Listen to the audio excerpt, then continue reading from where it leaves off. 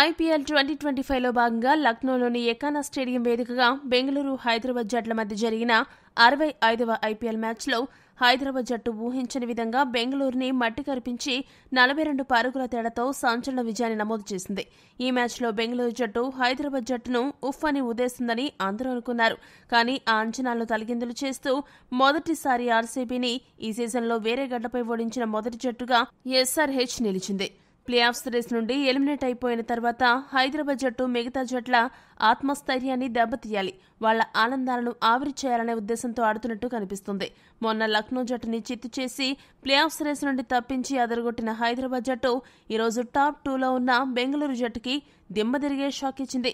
అన్ని విభాగాల్లోనూ కూడా ఈరోజు హైదరాబాద్ జట్టు చక్కటి ప్రదర్శననైతే కనబరిచింది. మొదటి బ్యాటింగ్లో అభిషేక్ శర్మ ఆరంభంలో మెరుపులు మెరిపించగా ఆ తర్వాత ఇషాన్ కిషన్ ఏకంగా 94 పరుగులు సాధించి బెంగళూరు జట్టుకు మేకులా మారి ఆ జట్టు విజయావకాశాలకు గండి కొట్టడంలో కీలక పాత్ర పోషించాడు. ఇషాన్ కిషన్ అంత అద్భుతంగా బ్యాటింగ్ చేయబట్టే ఈరోజు మ్యాచ్లో హైదరాబాద్ జట్టు అంత భారీ స్కోరు చేయగలిగింది. అదే సమయంలో బెంగళూరుపై కూడా ఒత్తిడి పెరిగిపోయింది. ఆరంభ మ్యాచ్లో మెరిపించిన ఇషాన్ కిషన్ మళ్లీ ఆ ఫైర్ చూపించడానికి చివరి మ్యాచ్ల వరకు ఆగాల్సి వచ్చింది. ఈ ఫైర్ కనుక హైదరాబాద్ బ్యాటర్లు ముందే చూపించి ఉంటే కథ వేరేగా ఉండేది. ఇప్పుడు ఆ ఫైర్ బయటకు తీసే సమయానికి ఎస్ఆర్హెచ్ కథ కంచికి చేరిపోయింది. ఇక హైదరాబాద్ బౌలర్లు కమిన్స్, ఇషాన్ మలింగా మరోసారి చక్కటి బౌలింగ్తో ఆకట్టుకున్నారు. ఇక నితీష్ కుమార్ రెడ్డి కూడా ఈ మ్యాచ్లో మంచి బౌలింగ్ చేయడం హైదరాబాద్ జట్టుకు ఒక శుభ పరిణామం అనే చెప్పాలి. మొత్తానికి సీజన్ చివరికి వచ్చేసరికి ఎస్ఆర్హెచ్ ఆటగాళ్లు గాడిలో పడ్డారు. ఇక బెంగళూరు జట్టు విషయానికి వస్తే ఆ జట్టు ఓపెనర్లు బాగా ఆడినప్పటికీ ఈ మ్యాచ్లో బెంగళూరు మిడిల్ ఆర్డర్ ఊహించని రీతిలో కుప్పకూలింది. రీప్లేస్మెంట్గా వచ్చిన మయాంక్ అగర్వాల్ పూర్తిగా ఫ్లాప్ అయ్యాడు. పాటీదార్ పూర్తి అవుట్ ఆఫ్ ఫామ్లో కనిపిస్తున్నాడు. బెంగళూరు మిడిల్ ఆర్డర్ బ్యాటర్లందరూ కూడా ఈరోజు మ్యాచ్లో సింగిల్ డిజిట్ స్కోర్కే పరిమితమయ్యారు. టిమ్ డేవిడ్, రొమారియో షెపర్డ్ లాంటి భారీ హిట్టర్లు కూడా ఈరోజు చేతులెత్తేయడంతో బెంగళూరు జట్టు దిక్కుతోచని స్థితిలో పడింది. సరిగ్గా ప్లే ఆఫ్స్కు ముందు ఓటమిని చవిచూసి ఆత్మస్థైర్యాన్ని కాస్త దెబ్బతీసుకుంది. పాయింట్స్ టేబుల్ విషయానికి వస్తే ఈ మ్యాచ్ ముందు వరకు బెంగళూరు జట్టు 17 పాయింట్లతో రెండో స్థానంలో ఉండగా హైదరాబాద్ జట్టు 9 పాయింట్లతో 8వ స్థానంలో ఉంది. ఈ మ్యాచ్ తర్వాత కూడా హైదరాబాద్ జట్టు అదే స్థానంలో ఉండగా బెంగళూరు జట్టు మాత్రం 2వ స్థానం నుండి 3వ స్థానానికి పడిపోయింది. ఇక్కడ గమనించవలసిన విషయం ఏంటంటే ఈ మ్యాచ్లో ఓడిపోవడం ద్వారా బెంగళూరు జట్టు మొదటి స్థానానికి చేరే అవకాశాన్ని సంక్లిష్టం చేసుకుంది. ఇప్పుడు బెంగళూరు జట్టు మొదటి స్థానానికి చేరాలంటే గుజరాత్ జట్టు తన తదుపరి మ్యాచ్లో ఓడిపోవాలి.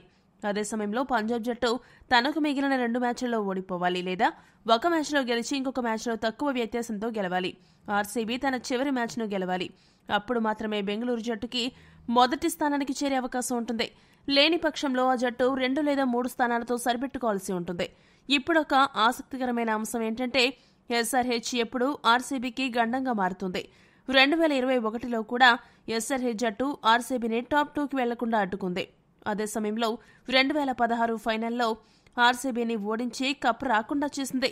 ఇప్పుడు మళ్లీ ఆర్సీబీ జట్టు టాప్ 2కి వెళ్లకుండా అడ్డుకుంది. మొత్తానికి ఆర్సీబీకి ఎస్ఆర్హెచ్ పెద్ద శాపంగా మారింది. ప్రస్తుతానికి గుజరాత్ అలానే బెంగళూరు జట్లు వరుసగా ఓడిపోవడం వల్ల ముంబై జట్టు పండగ చేసుకుంటుంది.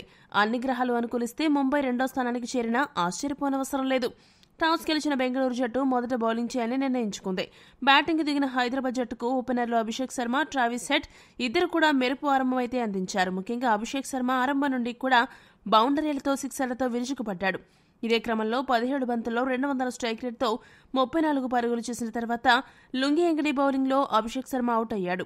ఆ మరుసటి ఓవర్లోనే 10 బంతుల్లో 17 పరుగులు చేసిన ట్రావిస్ హెడ్, భువనేశ్వర్ కుమార్ బౌలింగ్లో వెనుదిరిగాడు.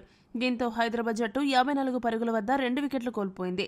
ఇటువంటి పరిస్థితుల్లో ఇషాన్ కిషన్, హెన్రిక్ క్లాసెన్ ఇద్దరు కూడా దూకుడుగా బ్యాటింగ్ చేస్తూ స్కోర్ బోర్డుని ముందుకు కదిలించారు.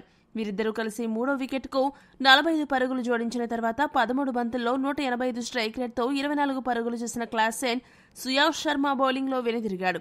ఇక ఆ తర్వాత క్రీజులోకి వచ్చిన అనికేత్ వర్మ సిక్సర్లు కొట్టడమే టార్గెట్గా పెట్టుకుని 9 బంతుల్లో 290 స్ట్రైక్ రేట్తో 26 పరుగులు చేసి కృణాల్ పాండ్యా బౌలింగ్లో అవుట్ అయ్యాడు. ఆ తర్వాత క్రీజులోకి వచ్చిన నితీష్ కుమార్ రెడ్డి 4 పరుగులకు, అభినవ్ మనోహర్ 12 పరుగులు మాత్రమే చేసి వెనుదిరిగారు. ఒకవైపు వికెట్లు వరుసగా పడుతున్న వన్ డౌన్ బ్యాటర్గా వచ్చిన ఇషాన్ కిషన్ మాత్రం మరోసారి తన టాప్ క్లాస్ బ్యాటింగ్ పర్ఫార్మెన్స్తో ఆకట్టుకున్నాడు.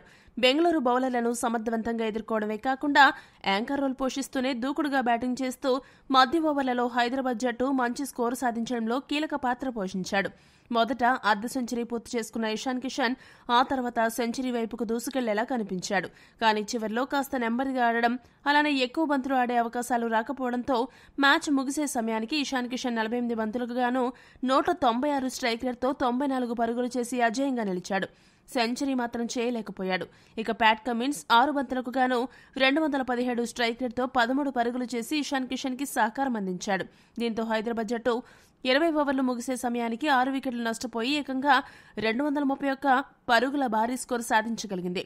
బెంగళూరు బౌలర్లలో రొమారియో షెపర్డ్, కృణాల్ పాండ్యా ఇద్దరు మాత్రమే సగటున ఓవర్కు 10 లోపల పరుగులు సమర్పించుకున్నారు. సుయాష్ శర్మ అయితే ఏకంగా సగటున ఓవర్కు 15 పరుగులు సమర్పించుకుని నిరాశపరిచాడు.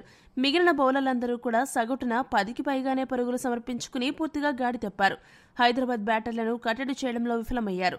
రొమారియో షెపర్డ్ 2 వికెట్లు పడగొట్టగా కృణాల్ పాండ్యా, సుయాష్ శర్మ, లుంగేంగడి, భువనేశ్వర్ కుమార్ చెరొక వికెట్ను దక్కించుకున్నారు. 232 పరుగుల విజయలక్ష్యంతో బరిలోకి దిగిన బెంగళూరు జట్టుకు మంచి ఆరంభమైతే లభించింది. ఓపెనర్లు ఫిలిప్ సాల్ట్, కోహ్లీ ఇద్దరు కూడా పవర్ ప్లేలో దూకుడుగా బ్యాటింగ్ చేస్తూ సగటున ఓవర్కు 12 పరుగులు సాధించి స్కోర్ బోర్డును పరుగులు పెట్టించారు. వీరిద్దరూ కలిసి మొదటి వికెట్కు ఏకంగా 80 పరుగుల భాగస్వామ్యాన్ని నెలకొల్పారు. ఇక కోహ్లీ అర్ధ సెంచరీ సాధిస్తాడని అభిమానులు ఎంతో ఆశగా ఎదురుచూస్తున్న తరుణంలో 25 బంతుల్లో 172 స్ట్రైక్ రేట్తో 43 పరుగులు చేసిన కోహ్లీ హార్ష్ దూబే బౌలింగ్లో అవుట్ అయ్యాడు. ఇక ఆ తర్వాత క్రీజులోకి వచ్చిన మయాంక్ అగర్వాల్ కేవలం 10 బంతులకు గాను కేవలం 11 పరుగులు మాత్రమే చేసి వెనుదిరిగాడు. ఇక ఆరంభం నుండి ఎంతో నిలకడగా బ్యాటింగ్ చేస్తూ అర్ధ సెంచరీ సాధించి మంచి స్ట్రైక్ రేట్తో దూసుకుపోతున్న ఫిలిప్ సాల్ట్ 32 బంతుల్లో 194 స్ట్రైక్ రేట్తో 62 పరుగులు చేసిన తర్వాత అవుట్ అయ్యాడు. సాల్ట్ అవుట్ అయిన తర్వాత బెంగళూరు మిడిల్ ఆర్డర్ ఊహించని రీతిలో కుప్పకూలింది. రజత్ పాటీదార్ 16 బంతుల్లో 18 పరుగులు చేసి అవుట్ అవ్వగా జితేష్ శర్మ 15 బంతుల్లో 24 పరుగులు చేసి వెనుదిరిగాడు. ఇక విధ్వంసకర ఆటగాడు Romario shepherd next level batting చేస్తాడు అనుకుంటే గోల్డెన్ డకౌట్ అయ్యాడు. ఇలా బెంగళూరు మిడిల్ ఆర్డర్ ఒక్కసారిగా కుప్పకూలడంతో ఆ జట్టుకి ఓటమి అనివార్యమైంది. ఇక కృణాల్ పాండ్యా, టీమ్ డేవిడ్ లాంటి ఆటగాళ్లు కూడా సింగిల్ డిజిట్కే పరిమితం అవడంతో బెంగళూరు జట్టు షెడ్కి వెళ్లిపోయింది. ఈ మ్యాచ్లో బెంగళూరు జట్టు 19.5 ఓవర్లకు గాను 10 వికెట్లు నష్టపోయి 189 పరుగులు సాధించింది. హైదరాబాద్ బౌలర్లలో కమిన్స్ అద్భుతమైన ఎకానమీతో బౌలింగ్ చేయడమే కాకుండా 3 వికెట్లు పడగొట్టాడు. అతడికి ఇషాన్ మలింగ చక్కటి సహకారాన్నిస్తూ మరో 2 వికెట్లు దక్కించుకున్నాడు. ఇక మిగిలిన హైదరాబాద్ బౌలర్లందరూ కూడా చెరకు వికెట్ను దక్కించుకున్నారు. నితీష్ కుమార్ రెడ్డి 2 ఓవర్లకు గాను కేవలం 13 పరుగులు మాత్రమే ఇచ్చి 1 వికెట్ దక్కించుకున్నాడు. మొత్తానికి గాయం తర్వాత నితీష్ రెడ్డి తిరిగి ఒక ఆల్రౌండర్గా తనను తాను నిరూపించుకునే ప్రయత్నం చేస్తున్నాడు. అలా ఈ మ్యాచ్లో హైదరాబాద్ జట్టు ఆల్రౌండ్ పర్ఫార్మెన్స్తో అదరగొట్టి బెంగళూరు జట్టుని మట్టి కరిపించింది. ఈ వీడియో గనక మీకు నచ్చినట్టయితే లైక్, షేర్, కామెంట్ చేయండి. మరిన్ని స్పోర్ట్స్ అప్డేట్స్ కోసం మా ఛానల్ను సబ్స్క్రైబ్ చేసుకోండి.